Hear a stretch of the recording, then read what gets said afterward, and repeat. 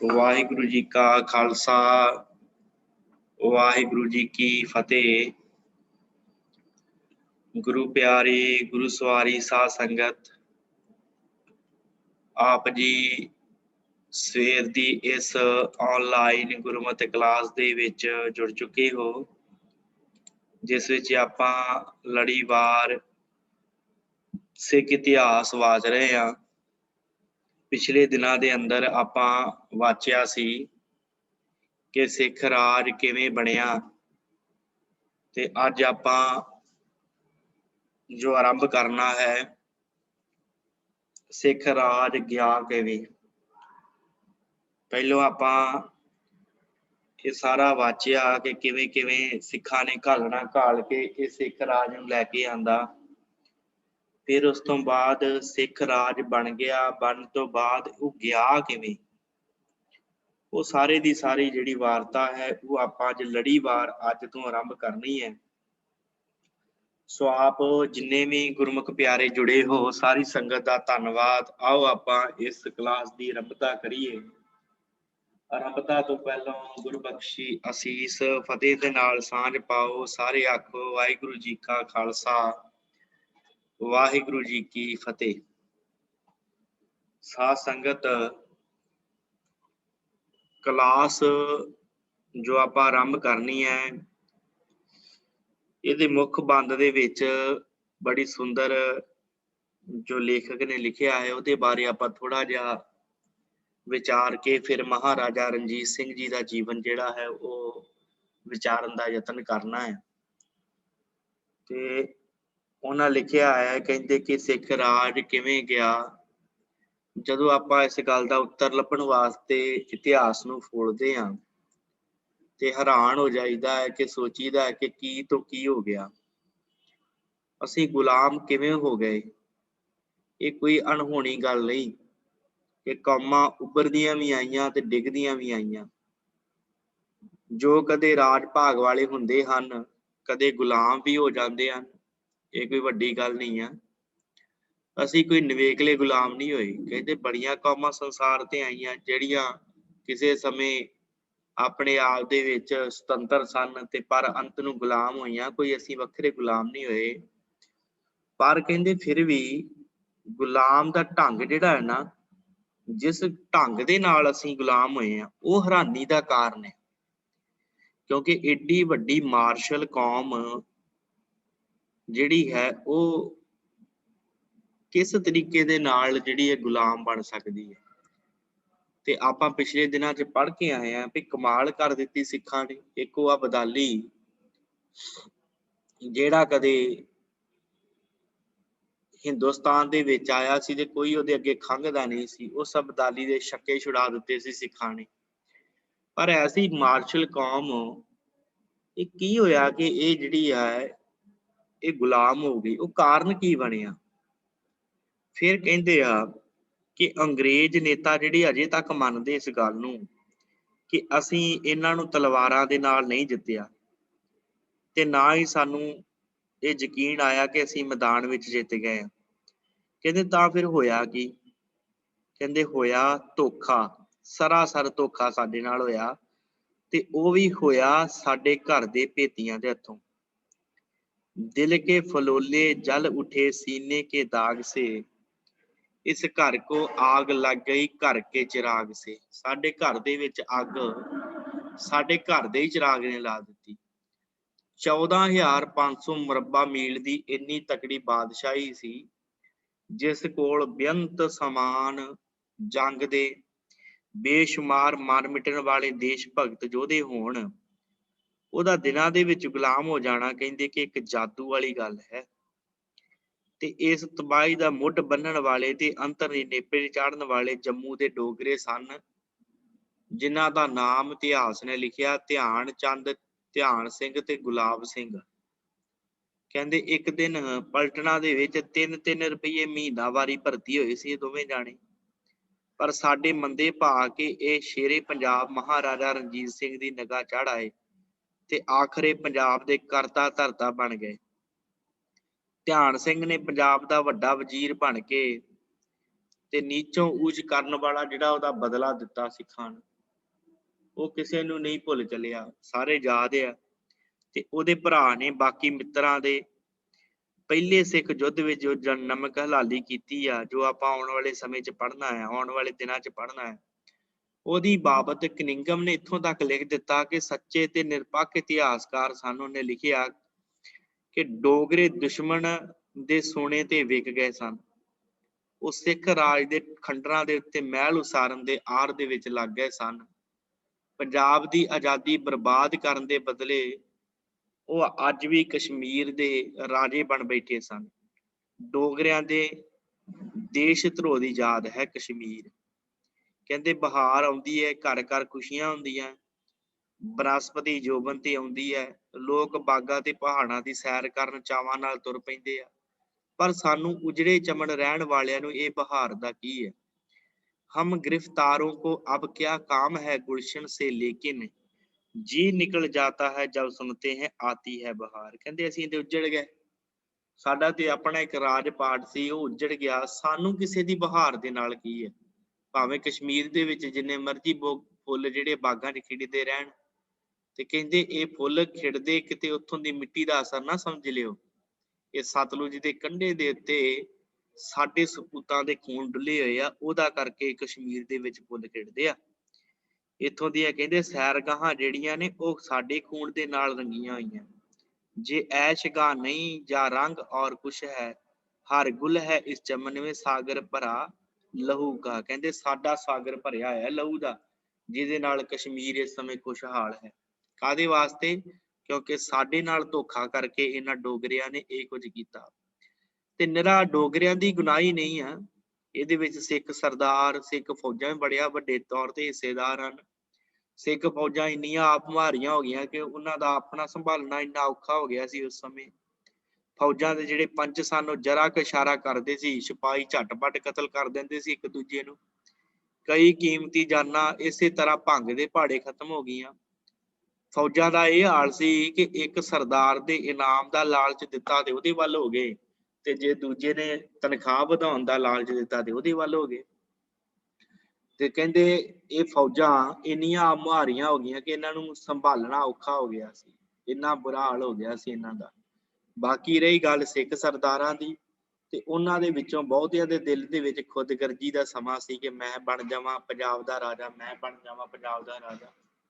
ਉਹ ਉਹਨਾਂ ਜ਼ੋਰ ਆਪਣੀ ਤਾਕਤ ਵਧਾਉਣ ਤੇ ਨਹੀਂ ਸੀ ਲਾਉਂਦਾ, ਜਿੰਨਾ ਜ਼ੋਰ ਦੂਜੇ ਦੀ ਤਾਕਤ ਨੂੰ ਘਟਾਉਣ ਤੇ ਲਾਉਂਦਾ ਸੀ।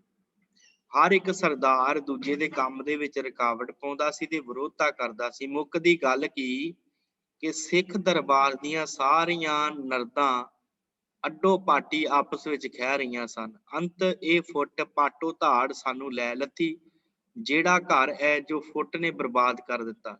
ਇਹ ਮਹਾਰਾਜਿਆਂ ਨੂੰ ਕੁੱਲੀਆਂ ਬਣਾ ਦਿੰਦਾ ਹੈ ਤੇ ਲਾਲਾਂ ਨੂੰ ਕੌਡੀਆਂ ਵਾਂਗ ਰੋਲ ਦਿਆ ਕਰਦਾ ਹੈ। ਕਹਿੰਦੇ ਜਿਹੜੀ ਫੁੱਟ ਹੈ ਨਾ, ਘਰ ਦੀ ਫੁੱਟ ਹੋਵੇ, ਜੇ ਕਿਸੇ ਦੇ ਘਰ ਦੇ ਵਿੱਚ ਫੁੱਟ ਪੈ ਜਾਵੇ ਨਾ, ਤੇ ਘਰ ਦੇ ਵਿੱਚ ਕਹਿੰਦੇ ਲਾਲਾਂ ਨੂੰ ਕੌਡੀਆਂ ਦੇ ਵਾਂਗ ਰੋਲ ਦਿੰਦੀ ਹੈ ਇਹ ਫੁੱਟ, ਜਿਹੜੀ ਇੰਨੀ ਮਾੜੀ ਹੈ।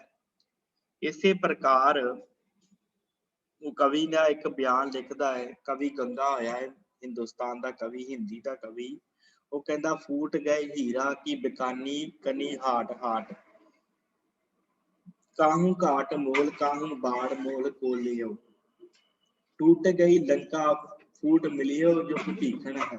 ਭਭੀਖਣ ਨੇ ਲੰਕਾ ਦੇ ਵਿਰੁੱਧ ਹੋਇਆ, ਘਰ ਦਾ ਭੇਤੀ ਲੰਕਾ ਢਾਏ ਅੱਜ ਵੀ ਕਿਹਾ ਜਾਂਦਾ। ਰਾਵਣ ਸਮੇਤ ਬੰਸ ਆਸਮਾਨ ਕੋ ਗਏ, ਕਹੇ ਕਵੀ ਗੰਗ ਦੁਰਯੋਧਨ ਸੇ ਛਤਰਧਾਰੀ, ਤਨਕ में फूट में गुमान वाको न गए, फूटे ते नर्द उठ जात बाची चौसर की, ਆਪਸ ਦੇ ਫੂਟ ਕਾ ਕੌਣ ਕੋ ਭਲਿਓ ਪਾਇਓ। ਕਹਿੰਦਾ ਕੌਣ ਹੈ ਭਲਾ ਪੈ ਸਕਦਾ ਇਹਦੇ ਅੱਗੇ, ਫੁੱਟ ਦੇ ਅੱਗੇ।